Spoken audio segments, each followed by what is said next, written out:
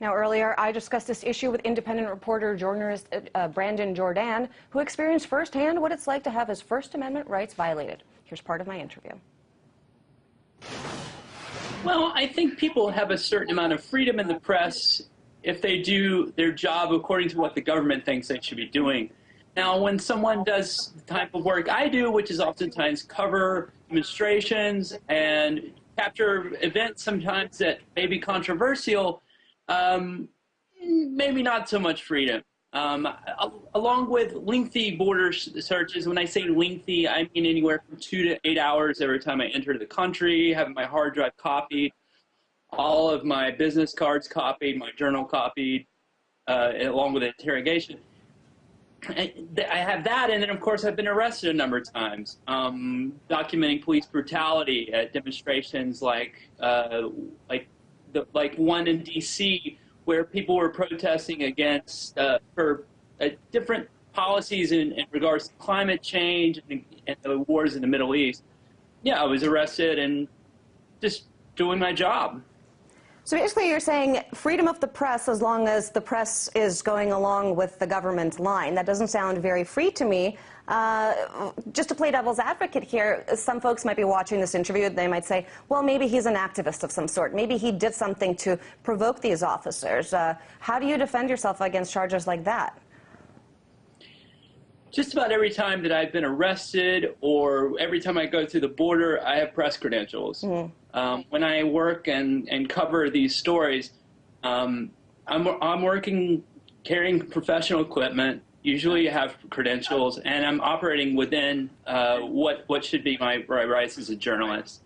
And routinely I see these sort of violations of the First Amendment. When I go through the border, it's not just a First Amendment issue, it's also a Fourth Amendment issue, meaning unlawful search and seizure. So, I mean, my response is it doesn't matter if I'm covering stuff that may be controversial or showing the viewpoints that people may not agree with. What matters is that I'm acting within my rights as a journalist. Why do you think this isn't something that we hear about so much, that isn't really discussed in terms of national conversation? And just to throw into the mix, in light of the recent WikiLeaks scandal, we saw so many folks out on Capitol Hill talking about how it was in the national interest and national security interest to sort of get whatever information they could about folks with connections to WikiLeaks, about Julian Assange, regardless of freedom of speech rights. And so what is it that prevents this issue from being more prominent? Is it war on terror, or is it just not having an interest in freedom of the press? What's really behind this?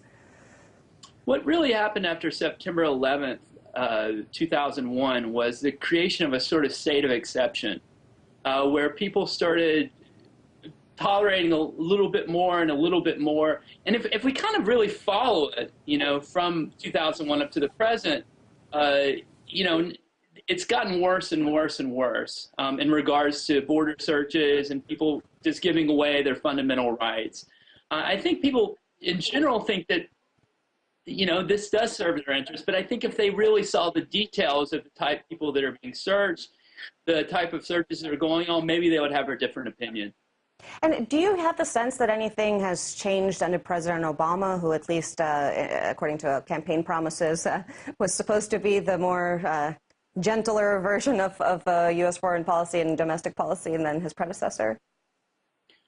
Well, I mean, in regards to, say, the, like ICE, Immigration and Customs Enforcement, having the right to take people's electronic devices and copy them, go through them whatsoever, with just, you know, without really any sort of process whatsoever, other than they think like, oh, well, this guy, we want to look through his stuff, we can copy him into it.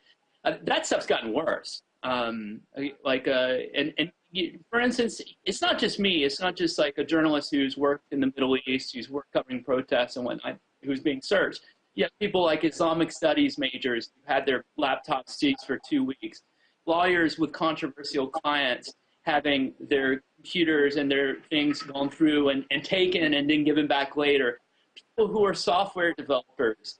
And it's really funny, you know, I'm not like a big fan of intellectual property rights, but one of the funny things about that case, where one person who was this open source software developer, he had a lot of stuff which was a violation of intellectual property rights. he had things of encryption techniques, stuff like that, that maybe the government could use. And they can just kind of take this without going through any process.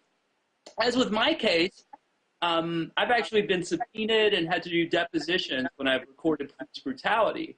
Mm-hmm. And for them to basically get a hold of my footage, usually they have to go through a court process. They can't just like come and seize my material because they want to look through it.